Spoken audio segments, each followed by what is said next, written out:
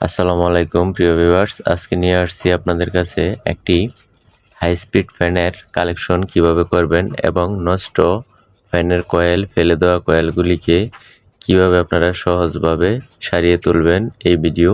এই ফ্যানটি একটি বাইর ছিল, এই ফ্যানটি কিন্তু বাতিল করে দেওয়া হয়েছিল কারণ এটার অ্যালুমিনিয়ামের তার, এটার কিন্তু কালেকশন করা যায় না, অনেকেই পারে না। তাই এই ফ্যানটি কিন্তু আমি আপনাদেরকে কালেকশন করে দেখাবো। আর এই ফ্যানটি মূলত হয়েছে কয়েলটি পুরো ভিতর থেকে কালেকশন ছিঁড়ে চলে আসছে, তাই এই ফ্যানটিকে বাতিল করে দেওয়া হয়েছে। তাই আমি এই ফ্যানটিকে নিয়ে খুললাম, খুলে এটার যে লুবের কালেকশনটি রয়েছে এই লুবের কালেকশনটি চেক করলাম। চেক করে দেখলাম এটা থেকে লাইন বের করলে চলবে। তখন আমি কিন্তু এটার যে সিলভারের তারগুলি রয়েছে, চিকন তারগুলি, এই চিকন তারগুলিকে খুব সুন্দর করে ব্লেড দিয়ে এটার উপরের যে ইনসুলেশন কাভারটা থাকে এই কাভারটাকে উঠিয়ে নিয়েছি। তারপরে এটার কাভারটা ওঠানোর পর এটা কিন্তু খুবই হালকা হয়ে যায় তারটা। তখন এটাকে আমি অন্য আরেকটি তারের মাধ্যমে এটা উপরে রেখে পেঁচিয়ে সোল্ডারিং করে দিই, যাতে করে এই সোল্ডারিংটা অন্য তারের মাঝে থাকে আর এটা সোল্ডারিংয়ের নিচে পড়ে থাকে। এইভাবে এক এক করে আমি এইভাবে দেখেন চিকন তারগুলিকে কি সুন্দর করে পরিষ্কার করছি।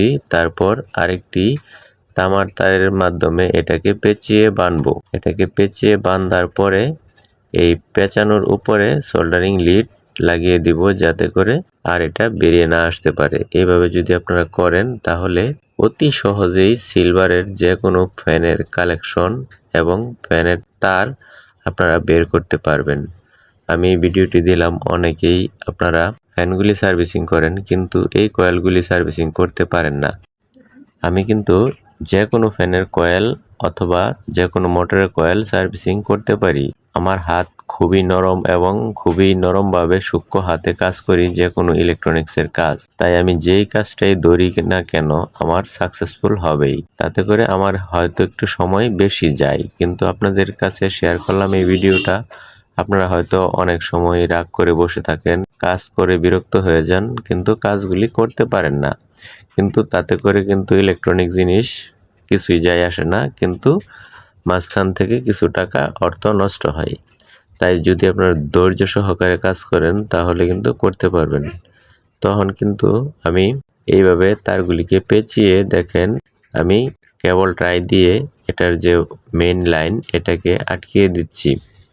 আপনারা কিন্তু এই মেইন লাইনটাকে আগে আটকাবেন। মেইন লাইনটা আটকানো হয়ে গেলে তার পেছনে আরেকটি কেবল টাই লাগিয়ে দিবেন, যাতে করে একটা ছুটে গেলে আরেকটা সাপোর্ট করতে পারে। তারপর এটাকে আমি কাটিং দিয়ে মনে করেন কেটে দিলাম। কেটে দিয়ে এটার যে সামনের অংশ আছে এই সামনের অংশটাকে আমি আবার সুতা দিয়ে বেঁধে দিব। দেখেন আমি এখানে সুতি যে সুতাগুলি রয়েছে এই সুতাগুলি দিয়ে এটাকে সামনের যে কালেকশনের ফাইবারগুলি রয়েছে, টিউবগুলি, এই টিউবগুলিকে আটকিয়ে দিচ্ছি। এইভাবে আটকিয়ে এক ফোঁটা করে সুপার গ্লু লাগিয়ে দিবেন। তারপর আর আপনাদের বার্নিশের প্রয়োজন হবে না। আর এটা কিন্তু পরবর্তীতে আবার কাজ করতে পারবেন, কারণ এটা যখন চলবে কয়েলটা হিট হবে তখন কিন্তু সুপার গ্লু যে গামটা এটার কিন্তু টেম্পার থাকবে না, এটা শুধু বার্নিশের মতোই কাজ করবে। আবার খুলতেও পারবেন, লাগাতেও পারবেন, তাতে করে কয়েলের কোনো ক্ষতি হবে না। আমি কিন্তু এইভাবে কালেকশনটি করে নিয়েছি। আর এই ভিডিওটি আপনারা অবশ্যই ভালো লাগলে একটি শেয়ার করবেন বা একটি কমেন্ট করবেন, অবশ্যই একটা লাইক দিবেন, যেহেতু আমি কষ্ট করে এই ভিডিওটি আপনাদেরকে উপহার দিয়েছি। আর আমার এই চ্যানেলটিকে ফলো দিয়ে রাখবেন, আপনাদের কাছে এইটুকুই আশা।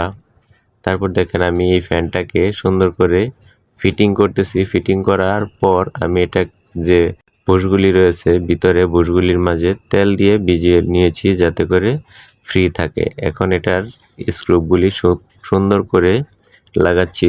4টা স্ক্রুপ রয়েছে এই ফ্যানটির মাঝে। এই 4টা স্ক্রুপকে একই মাপে আপনারা টাইট দিবেন। টাইট দিয়ে সামনের যে স্প্যান্ডেলটা রয়েছে এই স্প্যান্ডেলটাকে ঘুরিয়ে দেখবেন ফ্রি আছে কিনা।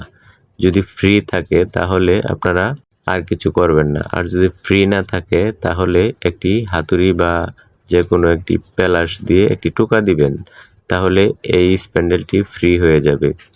তারপর ক্যাপাসিটার কালেকশনটি করে নেবেন। ক্যাপাসিটার কালেকশনটি করে নেওয়া হয়ে গেলে আমি এটাকে ভিডিওর স্বার্থে দেখাতে পারিনি, করে নিয়েছি। এখন দেখেন আমার এই ফ্যানটি কিন্তু রানিং হয়ে গেছে। আমি এখন কারেন্টে দিয়ে আপনাদের চালিয়ে দেখাচ্ছি। আমার এই ভিডিওটা যেই ভাই দেখবেন তাকে জানাই অসংখ্য অসংখ্য ধন্যবাদ এবং আন্তরিক ভালোবাসা। আর সবাই ভালো থাকবেন, মানুষের উপকারে আসবেন, অপকারে না। আল্লাহ হাফেজ।